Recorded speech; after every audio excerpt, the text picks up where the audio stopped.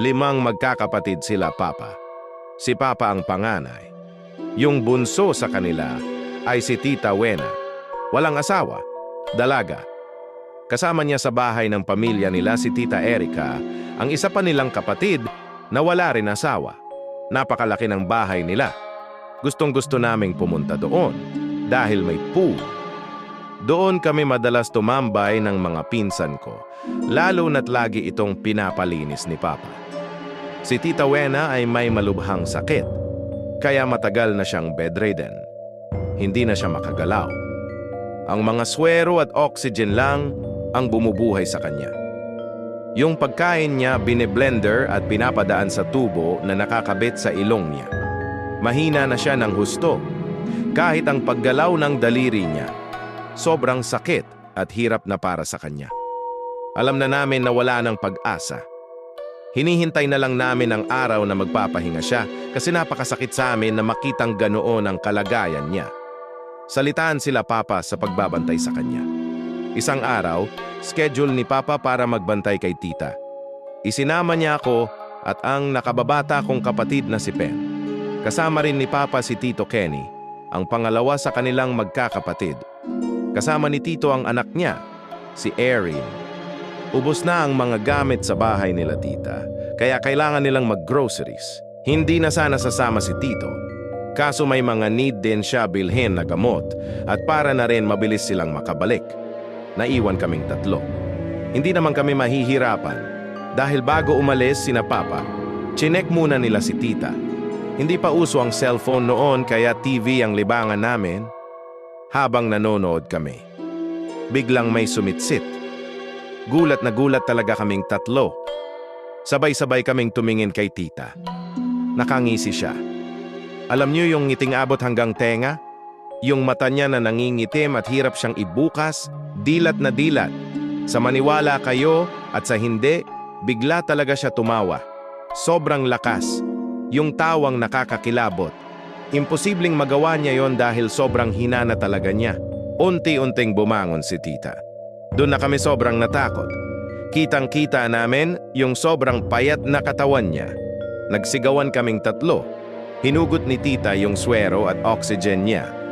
Bago si Tita, kayo munang 3, uunahin ko, ani Tita. Doon na kami tumakbo.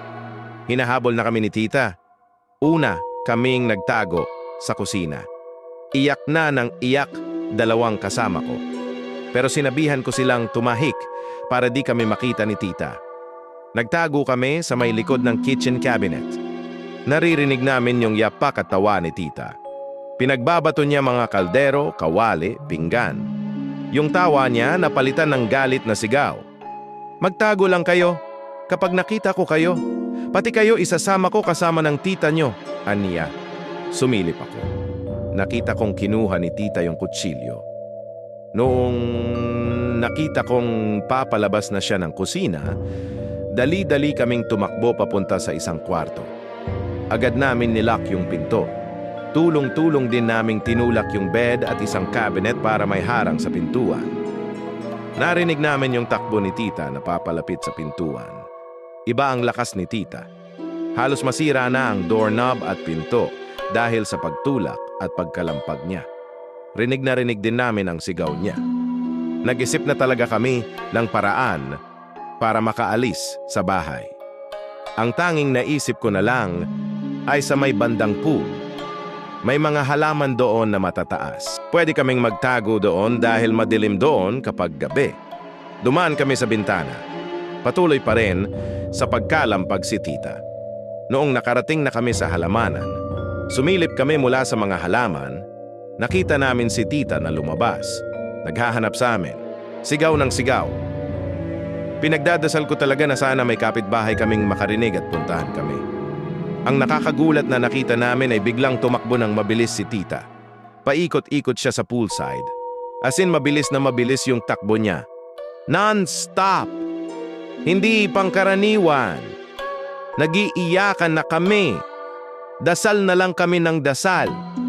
Biglang dumating sina Papa, kasama na nila si Tita Erica. Siya namang pagbagsak ni Tita. Nakita talaga namin yung takot sa mukha nila Papa papunta sa poolside. Dali, Daling binuhat ni Tito, si Tita Wena. Hinanap kami ni Papa. Nanginginig kaming lumapit kay Papa. Iyak talaga kami ng iyak. Dali-daling dinala nila Tito Kenny at Tita Erica sa hospital habang kami inuwi ni Papa. Kasama yung pinsan namin na si Erin. Kwinento namin lahat kay Papa. Akala ko hindi maniniwala si Papa. Ramdam talaga namin yung concern at takot niya. Sabi ni Papa, maaaring may bad spirit na sumakay kay Tita. Mahina na kasi si Tita, kaya madali na lang nilang magagamit yung katawan niya. Umiyak si Papa. Awang-awa kay Tita. Parang alam na ni Papa, susunod na mangyayari. Tumawag si Tito, malungkot niyang ibinalita. Wala na si Tita. Pagkarating daw nila sa hospital, bumigay na si Tita. Kinaumagahan sa burol ni Tita. Nagkwento sa amin si Tito Kenny at Tita Erica. Nang buhatin daw ni Tito si Tita Wena, sobrang bigat daw niya. Nang sumakay daw sila sa kotse at papuntang hospital, bigla daw nagsalita si Tita. Ang sabi daw, wala na, huli na kayo. Pasalamat kayo at di ko nakita mga anak nyo. Tsaka daw ito tumawa. Pagkatapos noon, pumikit na si Tita. Nagpasalamat si Tito kasi hindi ko pinabayaan si Erin at ang kapatid ko. Napakatapang daw namin. Hanggang ngayon, palaisipan pa rin sa akin ang nangyari kay Tita. Gustong-gusto ko na itong makalimutan.